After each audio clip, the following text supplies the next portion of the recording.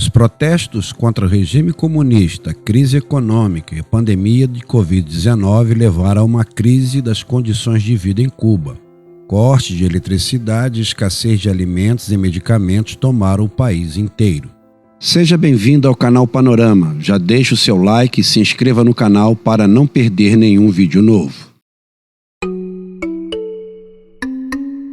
Cidadãos cubanos foram às ruas em todo o país pela primeira vez em mais de 6 décadas para protestar contra as condições de vida e a falta de bens e serviços básicos, incluindo atendimento médico em meio ao crescente número de infecções por coronavírus. Os protestos, com milhares de pessoas pedindo o fim do regime comunista de 62 anos, começaram em 11 de julho, na cidade de San Antonio de los Baños, no oeste do país, e depois se espalharam por mais de 40 cidades e vilas, incluindo a capital Havana. O presidente Miguel Díaz-Canel enviou forças de segurança para todo o país. Seu governo interrompeu as comunicações com o monopólio estatal de telefonia e rede Etqueza, interrompendo o serviço de internet. Em Havana foram enviadas forças estatais, incluindo as chamadas Brigadas de Reação Rápida e militantes do Partido Comunista armados com bastões pesados. Alguns manifestantes foram atacados e centenas foram presos, segundo ativistas. Nos dias seguintes, centenas de cubanos fizeram fila em frente às delegacias de polícia para procurar parentes desaparecidos cujo paradeiro era desconhecido.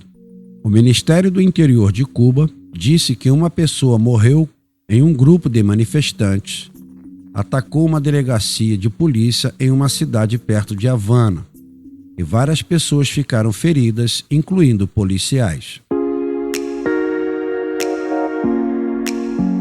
A economia cubana diminuiu mais de 11% no ano de 2022, em meio à pandemia, que fez com que o turismo secasse e reduzisse as remessas dos cubanos que vivem no exterior, fontes vitais de renda para as famílias. Os cubanos ficam horas na fila para comprar produtos básicos como frango ou pão, ou até mesmo para pegar um ônibus. A ilha tem sofrido cada vez mais com quedas de eletricidade. E no decorrer das semanas, as infecções por coronavírus aumentaram, segundo as autoridades, pressionando o sistema de saúde do país. O presidente Miguel Díaz-Canel disse que os protestos foram liderados por uma minoria de contra-revolucionários, vendidos ao governo dos Estados Unidos, aproveitando a difícil situação em Cuba e a pandemia. Ele exortou os apoiadores do regime a retirar das ruas os manifestantes, o que levou a ataques aos manifestantes. Logo após o início da agitação, as autoridades cortaram a maioria das comunicações com o mundo exterior e mobilizaram forças de segurança em todo o país. Entre os detidos estava o artista visual Luiz Manuel Otero, figura de grande visibilidade entre os dissidentes cubanos, o poeta Amaury Pacheco e José Daniel Ferrer, líder do grupo de oposição mais importante de Cuba. As autoridades cubanas iniciaram julgamentos sumários e condenações de manifestantes acusados de participar de atos de violência e vandalismo. Os julgamentos estão sendo realizados a portas fechadas e poucos réus têm advogados de defesa presentes, disseram ativistas e parentes dos réus. Vários manifestantes pacíficos já foram condenados a 1 ano de prisão por acusações de desobediência e conduta desordeira, a pena máxima para delitos menores, segundo advogados ativistas em Cuba. Outros foram libertados da prisão e colocados em prisão domiciliar durante o cumprimento de suas sentenças, dizem os advogados. Outros enfrentam acusações mais graves, como atacar policiais, saquear ou destruir propriedades do governo. Em um esforço para conter as tensões e diminuir a escassez aguda de alimentos, remédio e outros produtos essenciais que irritaram os cubanos, o primeiro-ministro Manuel Marrero disse que esses bens trazidos à ilha pelos visitantes não estarão mais sujeitos a taxas alfandegárias. Em 17 de julho, o governo levou de ônibus milhares de pessoas ao calçadão à beira-mar de Havana para uma manifestação de apoio ao regime.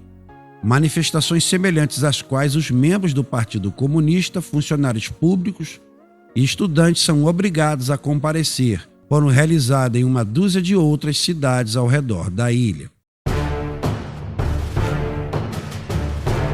Pois bem, desde que assumiu o poder em uma revolução de 1959, o regime comunista de Cuba resistiu a uma série de crises econômicas e políticas, permanecendo desafiador contra os apelos por mudanças diante do embargo econômico dos Estados Unidos.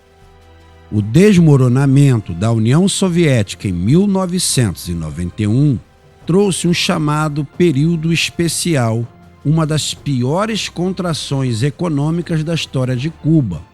A perda do apoio econômico soviético levou a uma grave escassez de alimentos e combustível que prejudicou a atividade econômica. Em tempos mais recentes, a ilha viu diminuir o apoio da outrora rica em petróleo Venezuela, que fornece petróleo barato à ilha em troca de médicos, professores e outros conselheiros. A Venezuela enfrenta sua própria crise econômica sob o líder socialista Nicolás Maduro e também está sujeita a sanções dos Estados Unidos. Uma flexibilização das sanções dos Estados Unidos contra Cuba sob o governo Obama, que havia prometido atrair mais turistas e dólares, foi parcialmente revestida pelo governo Trump, afetando o acesso da ilha à moeda forte. Isso levou o governo a tomar atitudes como a abertura de lojas impopulares do dólar, onde só os cubanos com divisas podem fazer compras, agravando as desigualdades. Miguel Díaz-Canel culpa os cortes de eletricidade, bem como a escassez de alimentos e remédio, ao embargo dos Estados Unidos e as restrições impostas novamente pelo governo Trump, que cortaram o acesso cubano à moeda forte. Ele pediu que o governo Biden removesse essas sanções. O governo Biden impôs novas sanções contra o ministro da Defesa cubano Álvaro López Mieira e uma unidade de polícia do Ministério do Interior, acusando agentes do governo de praticar violência, repressão e violações de direitos humanos contra manifestantes. A secretária do Tesouro, Janet Yellen, disse que os Estados Unidos também continuariam a aplicar as sanções existentes contra Cuba. O presidente Biden disse que o governo continuará revisando a política de remessa dos Estados Unidos para determinar como podemos maximizar o apoio ao povo cubano. Biden havia chamado os protestos de um chamado de clarim por liberdade e alívio, embora o secretário de Segurança Interna dos Estados Unidos, Alejandro Mayorkas, tenha dito que os cubanos que tentassem chegar aos Estados Unidos de barco não teriam permissão para entrar, permitindo a imigração em massa para os Estados Unidos. Na Flórida, lar de muitos cubanos americanos, o governador republicano Ron DeSantis instou Biden a ajudar e fornecer internet aos cubanos na ilha. Biden disse que seu governo está considerando permitir mais remessas para Cuba e enviar vacinas contra a Covid-19, mas precisa de garantias de que o governo cubano não tirará vantagem da assistência. Por fim, Miguel Díaz-Canel disse que Cuba não aceitará a ajuda intervencionista dos Estados Unidos. E aí? O que você achou de saber sobre o que aconteceu em Cuba durante a pandemia? Comenta aqui embaixo e me diz a sua opinião sobre isso. E até o próximo vídeo.